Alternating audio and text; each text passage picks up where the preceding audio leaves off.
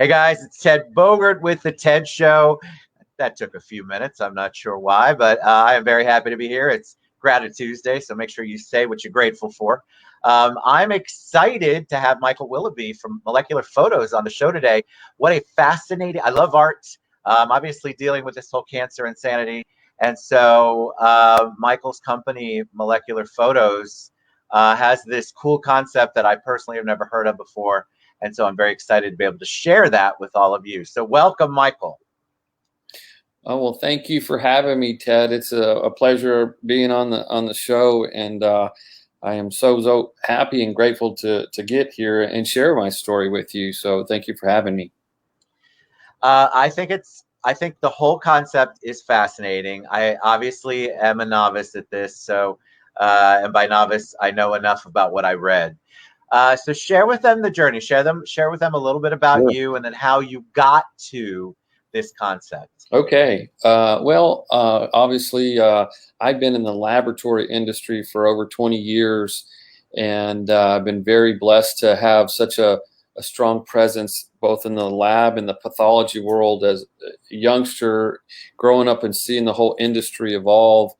And just during somewhat of the twilight of my previous company and career, I was talking to my wife, and I said, something missing for us, and we've always tried to figure out a componentry on giving back, but we really didn't know what we should be giving back to, and I wanted to make sure that we gave back in a way that perpetuated long past us being here.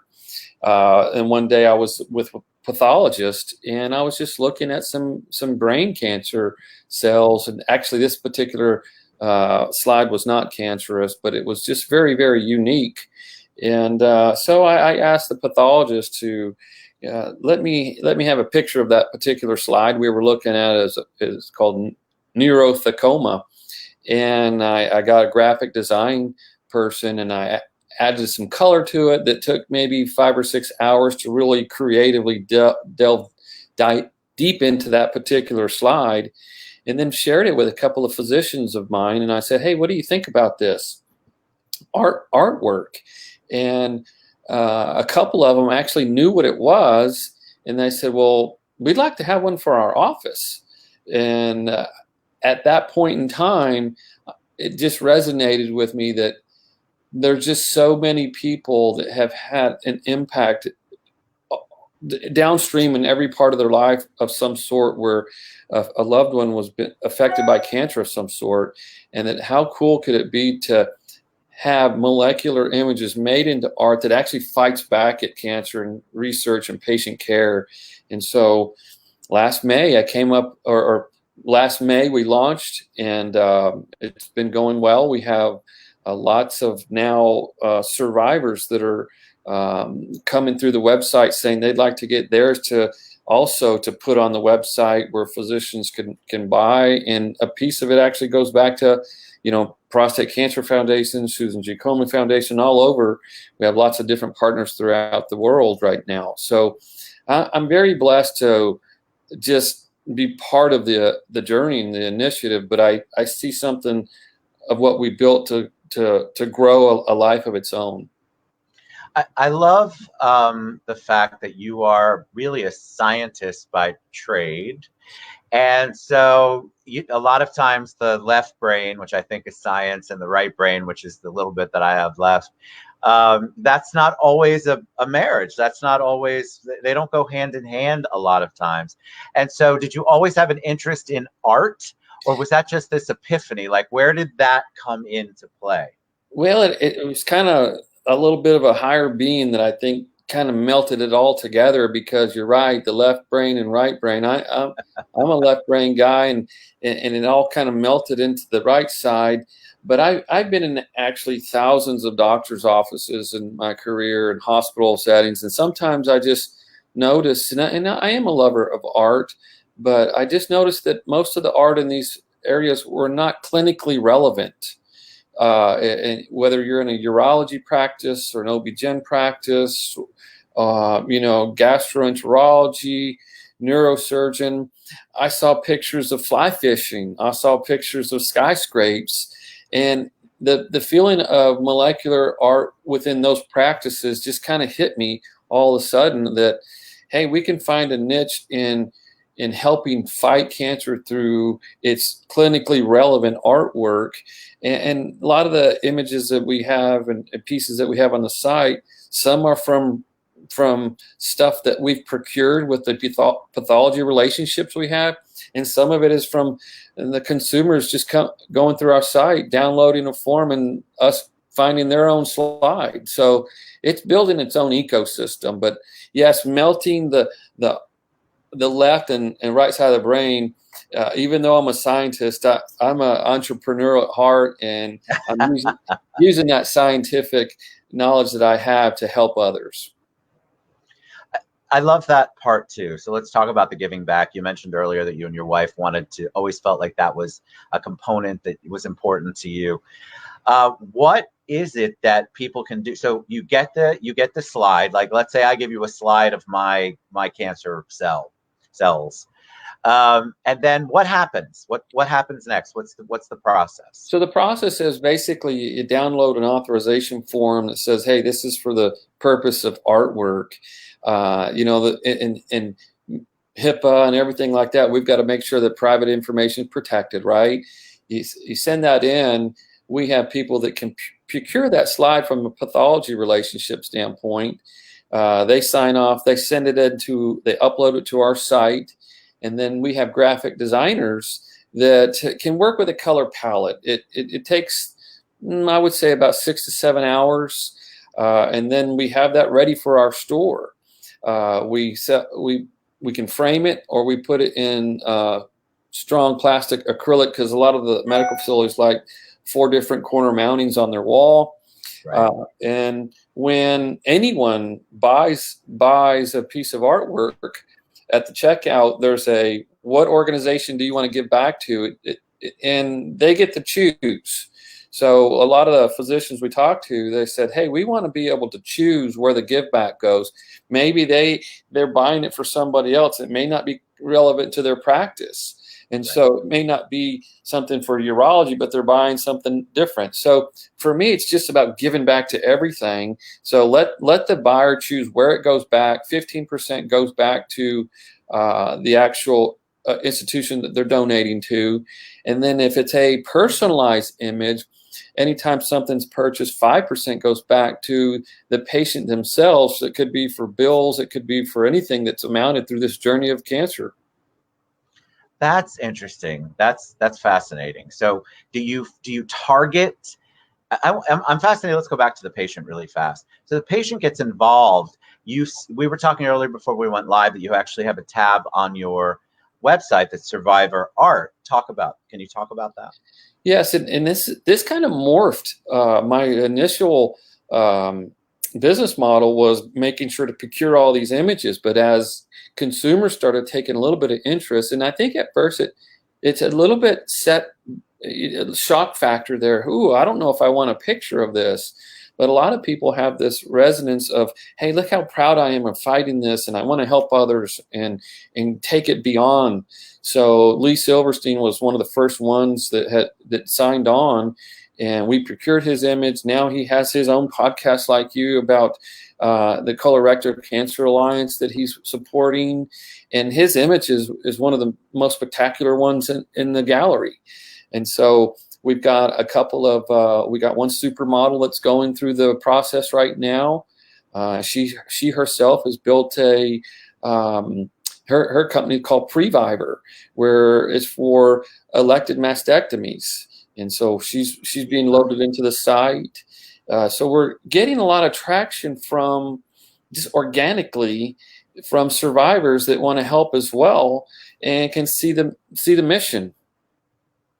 So I had some people ask, and by the way, hey, Lily, Ernest, Christina, Barbara, hey, everybody who's on, we appreciate you. I had some people ask, because, that's what I love to do promos for, is because people then will ask questions prior to the show. So any plans to do any other diseases in pictures?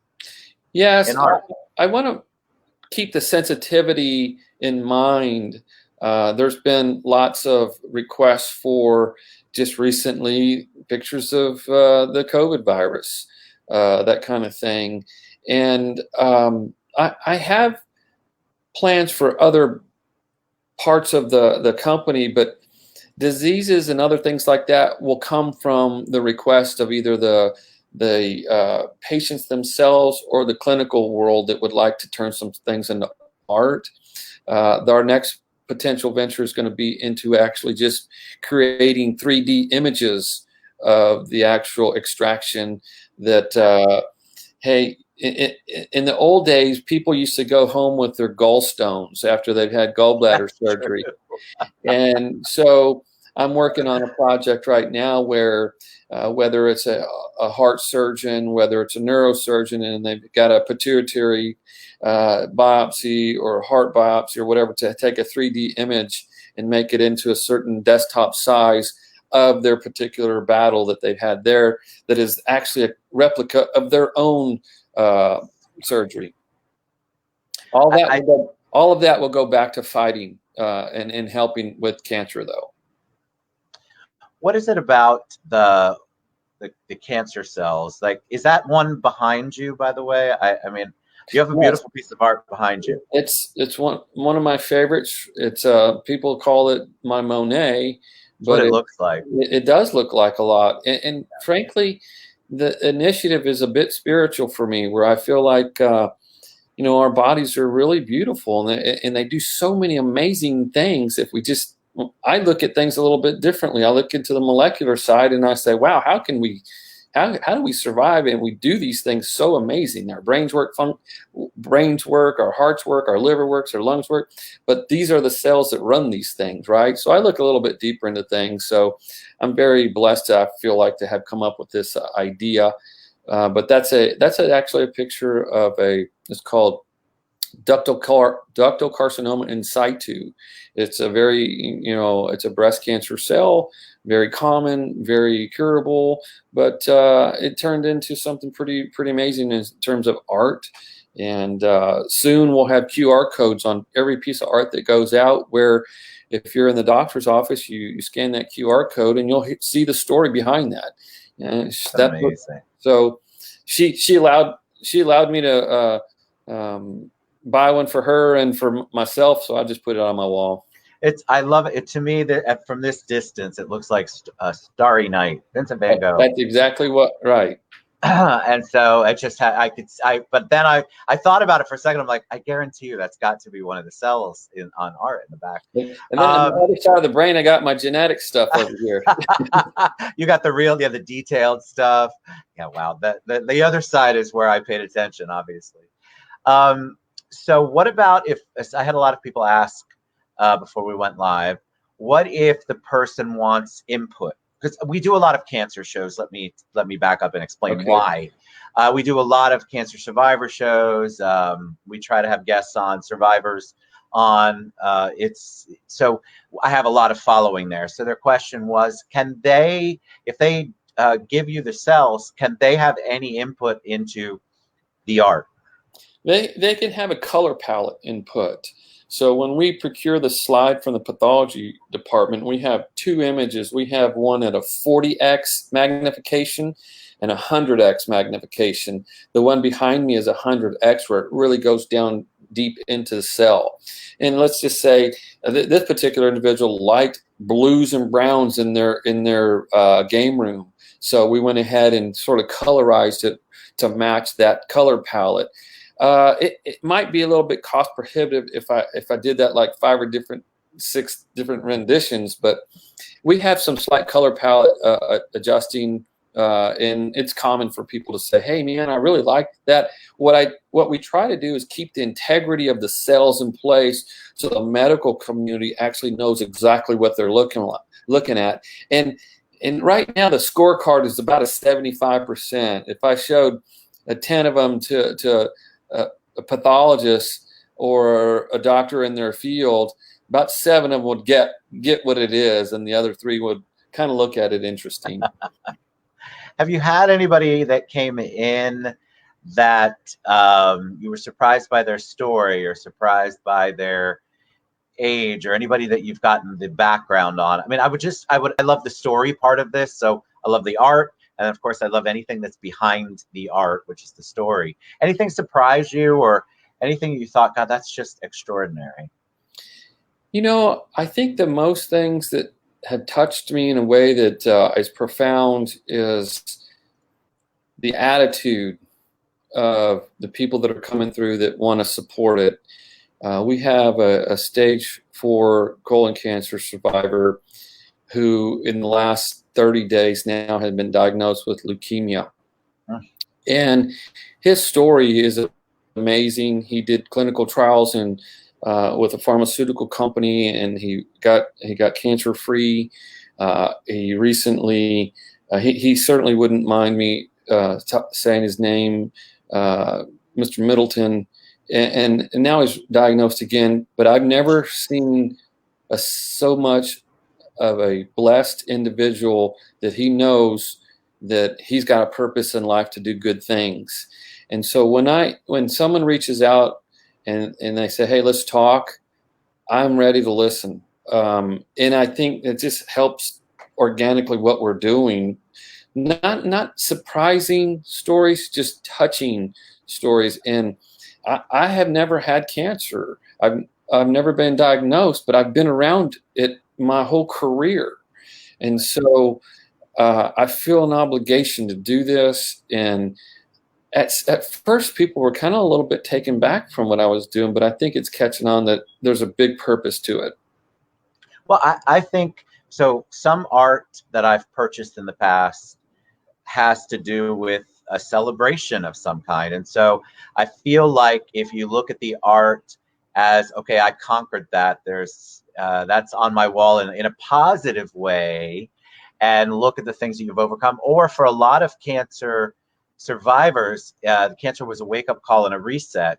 And so it's a celebration of how they were able to go in a completely different direction, change the trajectory of their lives. And so there's a lot of positive, but I understand, like, it's funny because I think, do I want to look at that if I'm a survivor?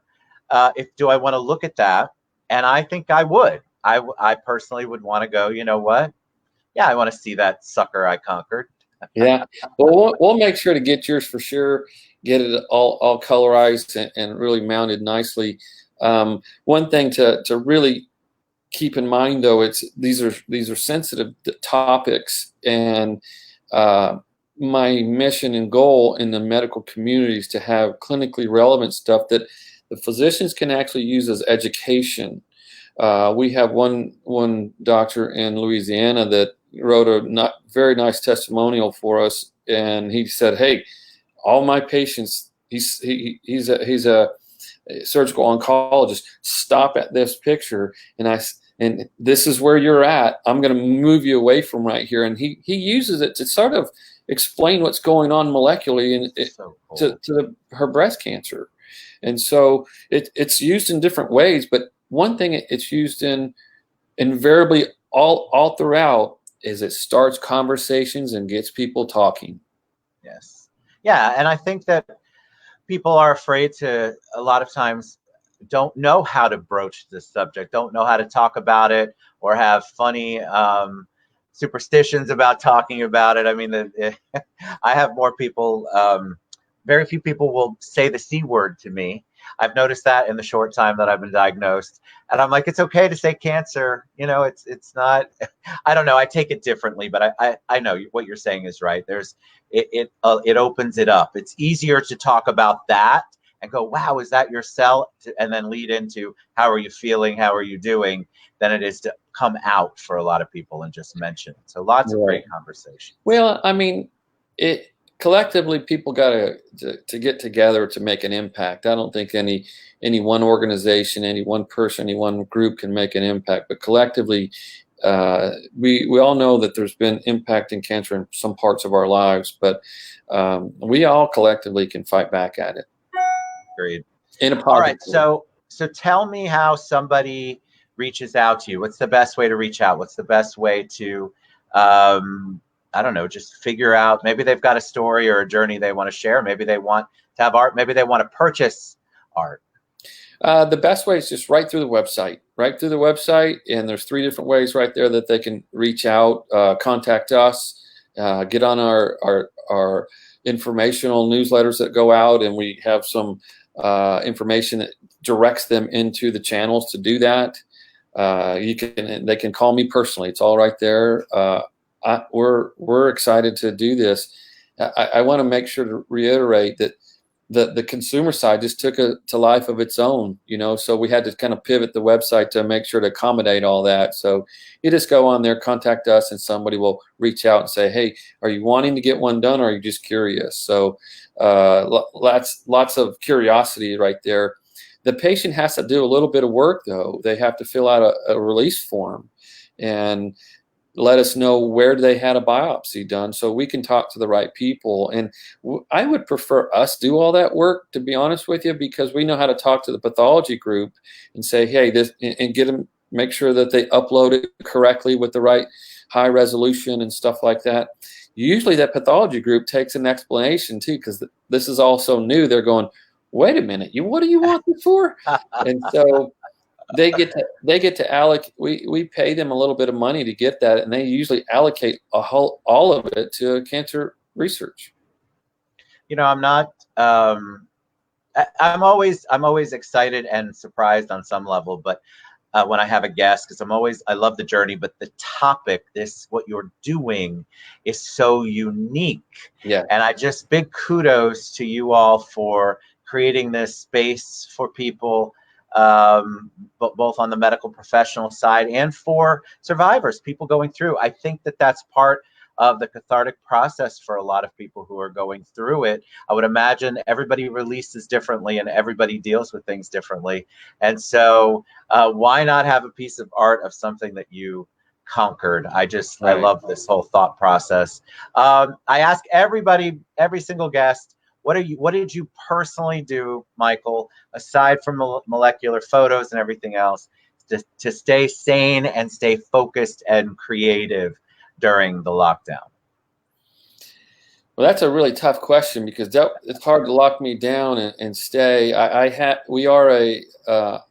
come to work. I have scientists working and running specimens and stuff like that, so I felt obligated to be up here with them. It's probably a better question for my wife, because she seems to be all locked up at the house. But overall, I do feel like this has created a little bit of pause in everybody's lives to reflect on, are we so busy in life? What are we doing in life that's productive and that's meaningful and things like that? My wife is certainly a driver of what I do. And she said, Michael, I think this has caused us to pause and just reflect how blessed we are. So, I feel like things will get back to normal. There seem to be getting closer and closer and closer all the time. I'm in the know of the scientific side of things, and I see great things ahead. I think it happened for a reason, and I think people just need to be aware of what's going on a lot more. Agreed. All right, man, you are awesome. Thank you, Michael Willoughby. Thank you. Thank you. Molecularphotos.com. You guys should check that out. We will both show everybody who showed us love on the show it back. So just give us a little bit when we're done. Thanks, Michael, so much. I really appreciate everything you're doing. I think it's a big, huge blessing. So thanks for sharing your story. Thanks for having me. Take care. All right, guys, we'll be back. I'm not sure when, but soon. Reach out to Michael. See you later.